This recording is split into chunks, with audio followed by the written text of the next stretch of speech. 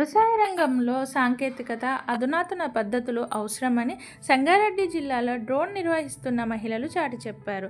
వీరు డ్రోన్ల సహాయంతో రోజుకు 50 ఎకరాల వరకు పురుగు మందులు పిచికారీ చేస్తున్నారు. ఈ మార్పును పల్లెవాసులు కూడా మంచి మనసుతో ఆహ్వానిస్తున్నారు.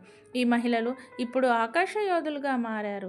సాంకేతికత, దృఢ సంకల్పం కల్పిస్తే మార్పు తథ్యమని నిరూపించారు అని ప్రధానమంత్రి నరేంద్ర మోడీ గారు ఆదివారం మన్ కీ బాత్లో చెప్పారు. స్వయంగా ప్రధాని ప్రశంసించడంతో డ్రోన్ ఆపరేటర్లుగా పనిచేస్తున్న మహిళలు హర్షం వ్యక్తం చేస్తున్నారు.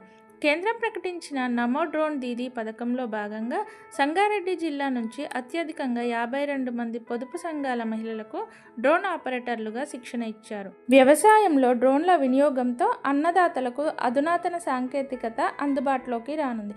దీనికి మహిళలు పైలట్లుగా ఉండడం వల్ల వారు ఆర్థికంగా బలపడి పేదరికం నుంచి బయటపడతారు. ఈ డ్రోన్ల వినియోగం తొలుత సంగారెడ్డి జిల్లాలోనే ప్రారంభించారు. ఈ వీడియో మీకు నచ్చినట్లయితే ఒక లైక్ చేయండి.